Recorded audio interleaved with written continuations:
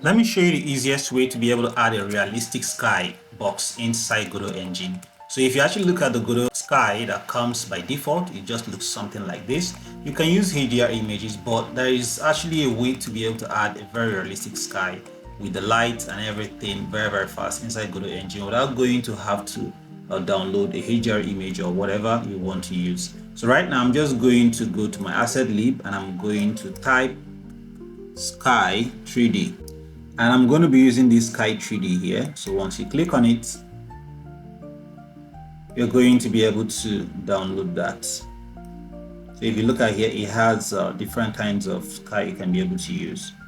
So now you can be able to actually download that, and you already have this. So this is a demo, so but we're not going to use in demo, so you can just install it.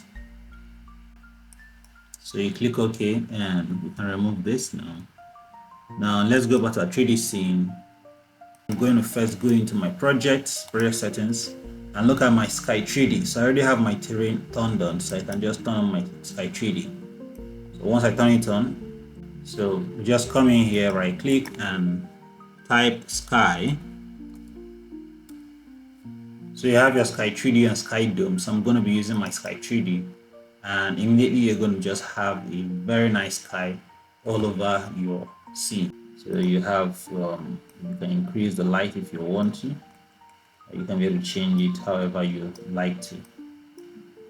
Now I can be able to see it comes in with the dome and the time off and everything. So we have different features that we can be able to use, for here and the sun. If you want to be able to change the altitude and you want to be able to change the sky intensity and whatever you want to do. A lot of settings you can be able to do, even your stars. I'm not going to be going into that, now. This is just a very fast way to add the sky, so you can be able to, maybe in a more detailed tutorial, we are going to be able to break that down to see what all of them are used for. So we'll have this, comes in with sound and everything, so you can be able to actually look around it.